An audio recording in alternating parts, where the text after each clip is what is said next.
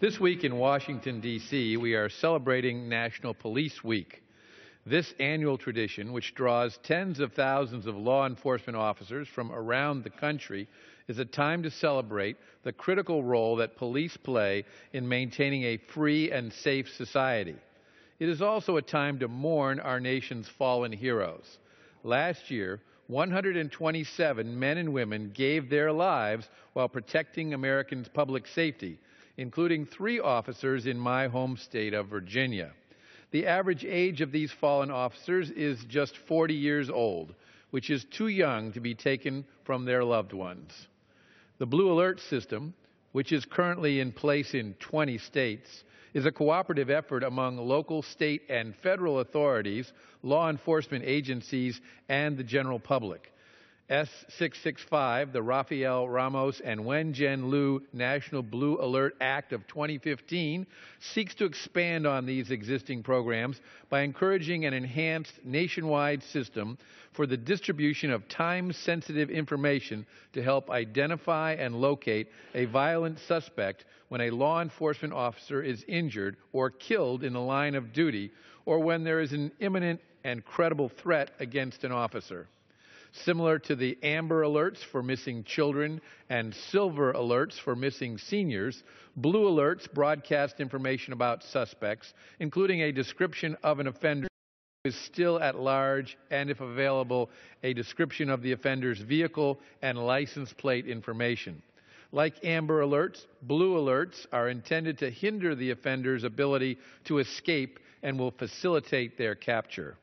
S665 directs the Justice Department to designate an existing employee as the Blue Alert National Coordinator who will establish voluntary guidelines for the program and encourage those states that have not already done so to develop Blue Alert plans.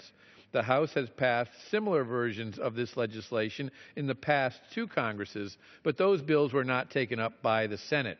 The version of the Blue Alert bill that we consider today is different for 2 important reasons.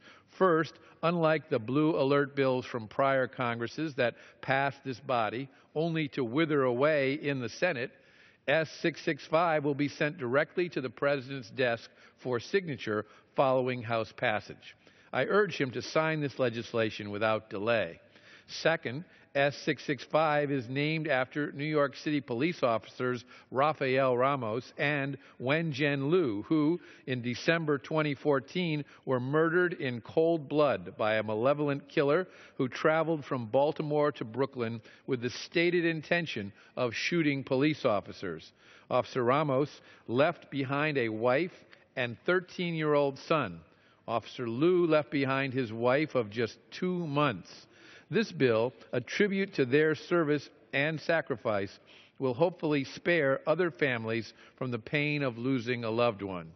I thank Senator Cardin, Mr. Reichert of Washington, and the many bipartisan co-sponsors of both the House and Senate bills for their work on this important legislation. I also thank the many outside law enforcement organizations that have tirelessly promoted the Blue Alert program over the past several years. This bill reaffirms Congress's commitment to ensure the safety of the men and women in our nation's law enforcement communities and the citizens they serve and protect every day. I urge my colleagues to support this bipartisan legislation, and I reserve the balance of my time. Gentleman